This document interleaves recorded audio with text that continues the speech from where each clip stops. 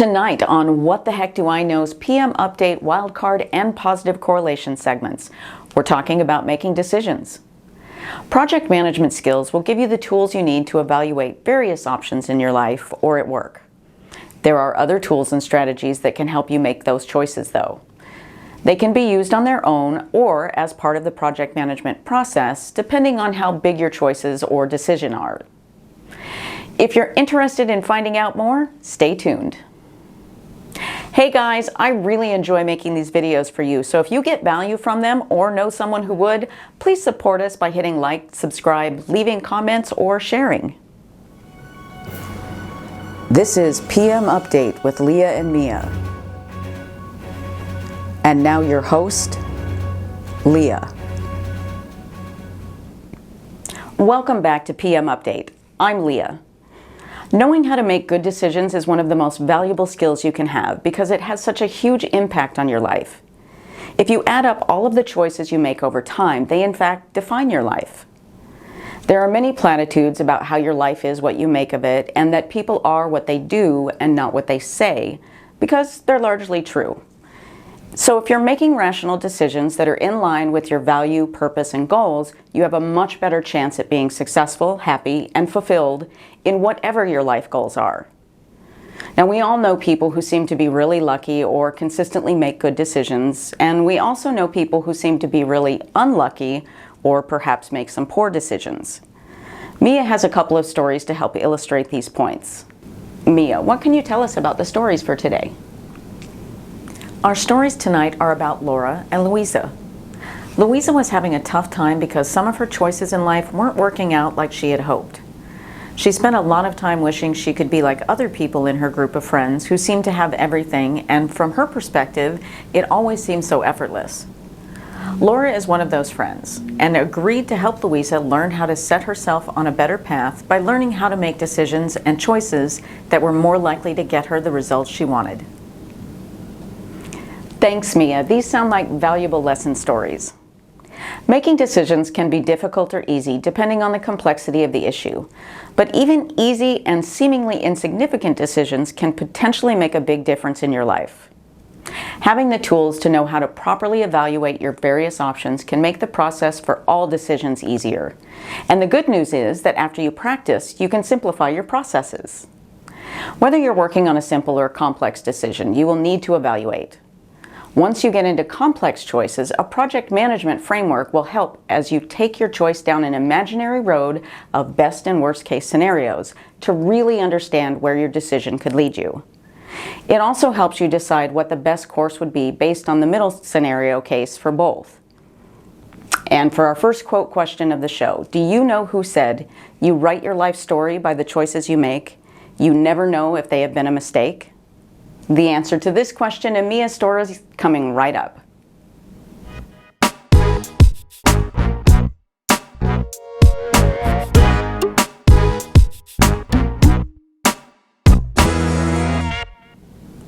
Luisa felt like she always had the worst luck. Her latest poor choice and bad luck combination starts with an unwise purchase. When Luisa bought her first car on her own, she went for a flashy and sporty type that she felt fit with her personality. And while there's nothing wrong with flashy and sporty type cars, she did not factor in the other expenses she would have other than the purchase price. Luisa had been complaining to her friends for months about always being broke because everything was just so much more expensive now. One of her friends pointed out that buying that car was probably a bad decision. Luisa agreed, but wasn't sure what to do about it now. Another one in the group mentioned talking to a mutual friend, Lara, recently, and how Lara had tried talking her out of an unwise purchase. She wasn't really listening at the time, but now it seemed like good advice. Luisa thought so too and decided to give Lara a call for some advice herself. When Luisa explained to Lara that she needed some help with her finances, Lara wasn't so sure she'd be able to help. But after listening to the issue, Lara decided that a couple of lessons in decision-making wouldn't hurt. They agreed to meet for coffee the next day to talk about what changes Luisa could make. When they met up, Lara was prepared with her computer and notebook. First, Laura asked a lot of questions about what Luisa was paying before getting the car and why she had decided on that particular one. Luisa explained that she had a car before, but it was the same one she had been driving since she was 16, and now that she had a decent job, she thought it would be a good time to upgrade. She had evaluated the down payment and installments and knew she could afford those. What she had not taken into consideration was the increase in insurance, gas, maintenance, and the 2 speeding tickets she received in the last 6 months. Lara explained that Luisa had 3 options regarding her car. 1. Keep everything as it was before and try to make adjustments in other areas of her life. 2. Keep the car but use public transportation as often as possible to reduce gas and insurance. Or 3. Sell the car and switch to public transportation, or buy something more economical. The last choice was the one most likely to make a difference in Luisa's finances, but they needed to work out the math first to be sure. Luisa purchased her car 6 months ago from a dealership and paid $20,000. It is still worth the same amount, but if she sells it herself, she will likely only make around $18,500 from the sale. She also still owes around $14,500, so her net return from the sale will be around $4,000. She has found a used car for sale that she could purchase as a replacement for $10,500. Her installment payments are now around $390 a month. With the new car financed for the same amount of time at 48 months and a $3,000 down payment, her loan costs would drop to around $185 per month. She could also reduce the length of financing to 24 months, which would still be lower payments of around $350. Luisa pointed out that the goal was to save money, so why would she want to only save $40 per month when she could save $205? Lara explained that it was of course her choice based on her goals, but if she dropped her payment time from 48 months to 24, she would have additional savings of about $530 in interest, and they could do some calculations to see how much she would save on insurance. Lara also pointed out that using public transportation would save even more.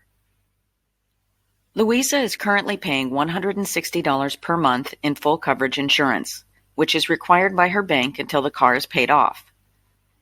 With the new car, full coverage insurance will drop to $90 per month. When it is paid off and she can drop her coverage to basic, it will cost around $50 per month, which will save her an additional $960 over the 2 years she is not paying towards the loan. So, she would be saving herself almost $1,500 by shortening the amount of time she takes to pay back the loan. Lara explained that there were still a lot of choices to make here, and these were all estimates. For example, she might get less for her car than what they estimated. Or she could put more down on the new car, or use the extra $1,000 to pay off other bills with higher interest rates. Both of these things will change the calculations a bit, but assuming she puts $3,000 down and reduces her payment time to 24 months, it works out to a savings of $110 per month in payments and insurance for 24 months, which equals $2,640, and an additional $540 in interest over the length of the loan. Her total savings in the 2 years of the loan came to $3,180. In the next 2 years, she has no payment, so that puts $350 back into her discretionary income to save or spend, and she saves an additional $960 in insurance rates. Luisa was impressed with how much she would be saving over this time, and how much research they were able to do online to figure it out so quickly. She thanked Lara for her help and asked her how she learned how to do all this stuff. Lara told her she was happy to help any time she wasn't sure about a purchase, and promised to tell her about how she learned it all next week when they met for coffee. And next time, Luisa was buying. After considering her options, Luisa decided that only using public transportation was not a viable option for her, but she would utilize it more often. She was able to get the price she wanted for her car and purchase the new to her car in the same weekend. For her new financing, she also decided to take Laura's suggestion of putting $3,000 down and using the additional $1,000 to take care of some other bills with higher interest rates. And she decided to put at least half of her payment and insurance savings into a separate savings account for emergencies. All of these decisions led to additional savings on gas and maintenance costs, which she was able to use for entertainment. That's great, Mia. I know I'm really happy that Luisa was able to make changes in her circumstances and correct a poor decision made 6 months ago so easily. Not all poor decisions are as easily corrected, of course, so it's good to know how to make a good choice from the start. Not all of us grow up knowing how to do these things, and I know I had to figure a lot of it out myself after making bad decisions. So how do you learn? As with most things, I'm sure there are lots of ways to learn, but for myself, it usually happened after realizing I had made a poor or bad decision and had an outcome I wasn't expecting. When those things happen, taking some time to consider the choices that led you to where you are and thinking about how you could have done them differently to get a better outcome helps. Sometimes it can also help you change a bad outcome to a good one. And if not good, perhaps an outcome that is just less bad. And now for our first quote question for the day. Do you know who said, "You write your life story by the choices you make. You never know if they have been a mistake"? It was actress Helen Mirren. And for the new quote question, do you know who said, "In any moment of decision, the best thing you can do is the right thing, the next best thing is the wrong thing, and the worst thing you can do is nothing"? The answer to this and Laura's learning process coming up next.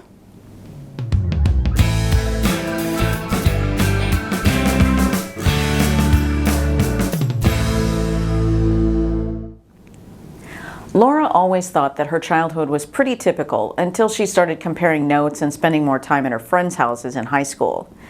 It was at that point she started to realize that her home life was pretty different than most of her friends. This was the story she would be explaining to Luisa at their next coffee date. After the small talk, gossip, and catching up with what is going on in their lives, Laura and Luisa got to the real reason for their meetup. Luisa asked Laura how she learned to make good decisions. Laura said her parents were good teachers and that she was around 13 when she first realized that not everyone had parents quite like hers. Laura had a lot of responsibility as a kid because she was part of a large family. As the oldest, she was the first to be able to help with the chores and younger children. Her parents taught responsibility to all of her siblings, and part of having responsibility meant learning how to make good choices. If it was her job to remember to take meat out of the freezer when she got home from school and she didn't do it, then everyone would have to eat late. If she didn't prepare her school bag at night before bed, then she would be late for school the next day. When big family decisions were necessary, her parents involved the children in the decision-making process. Lara recalled it was easy to help Luisa do the evaluation on her car because she had participated in family decisions whenever they evaluated whether a new car was necessary. Her parents did the research at the kitchen table. It took a little longer when they didn't have so much information available on the internet, but the process of evaluation was the same.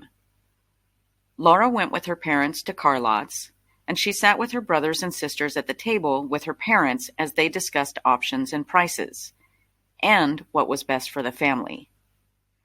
When her parents bought a new house, the kids were involved in that decision too. They learned about interest rates and how banks made decisions. And they learned about having to make compromises in what they wanted to gain something bigger or better down the road. The process for big decisions like buying a house was the same as for the small ones. It just took longer to collect information and make the choice than the smaller ones. Her parents always used the project management approach, though. They would have an idea about something they wanted to do, like buying a house. They would collect information, evaluate options, and then make a plan. How much they would need to save, how much they were willing to pay, and what things did the new house have to include to make it worth their time. Then the family worked together to execute the plan. Lara's parents didn't involve their kids directly in paying bills, but they did review how much they were able to save for large family purchases once a month so that they could all see how much progress they were making. This was their monitoring and control. After years of watching and participating in activities like this, it seemed to Lara as if she'd always known how to do it. When making relatively small decisions about using her allowance for clothes, entertainment, or saving, she mentally evaluated which would be more in line with her current goals and made her choice according to those goals. It didn't just apply to financial choices, though. She used the process for deciding in college how much time she needed to spend studying instead of hanging out with friends. She also used the same process when picking her college. It really helped her make all kinds of decisions.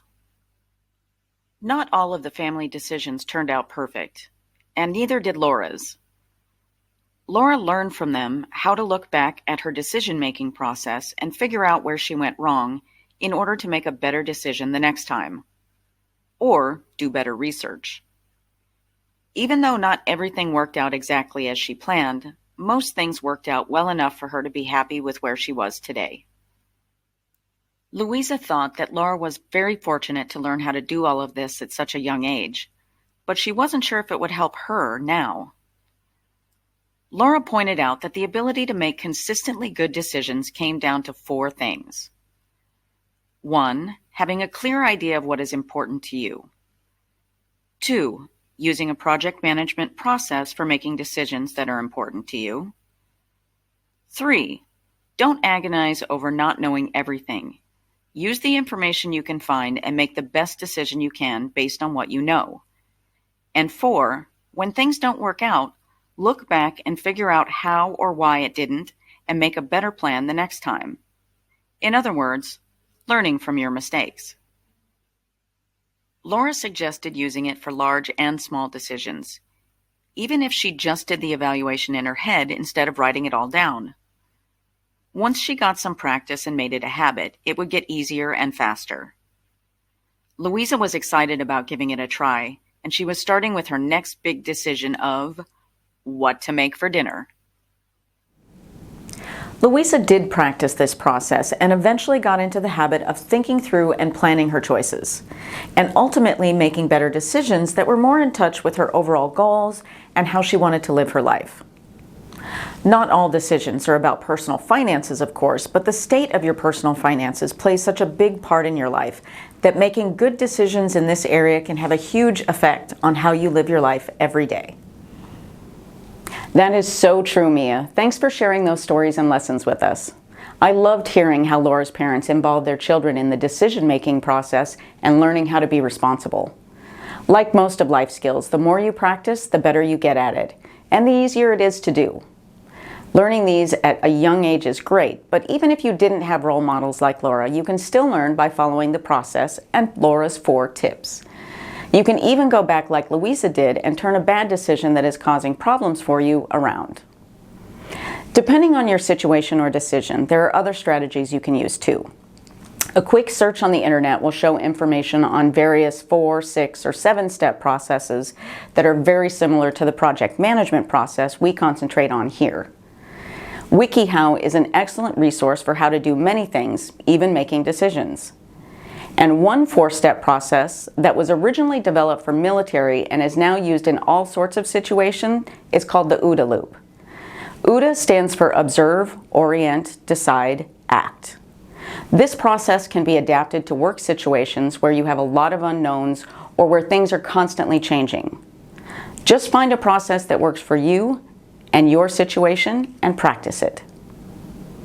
Now it's time for the answer to our final quote question. Do you know who said, "In any moment of decision, the best thing you can do is the right thing, the next best thing is the wrong thing, and the worst thing you can do is nothing"? It was 26th U.S. President Theodore Roosevelt. That's all for What the Heck Do I Know's PM Update with Leah and Mia and our wildcard and positive correlation segments for this week.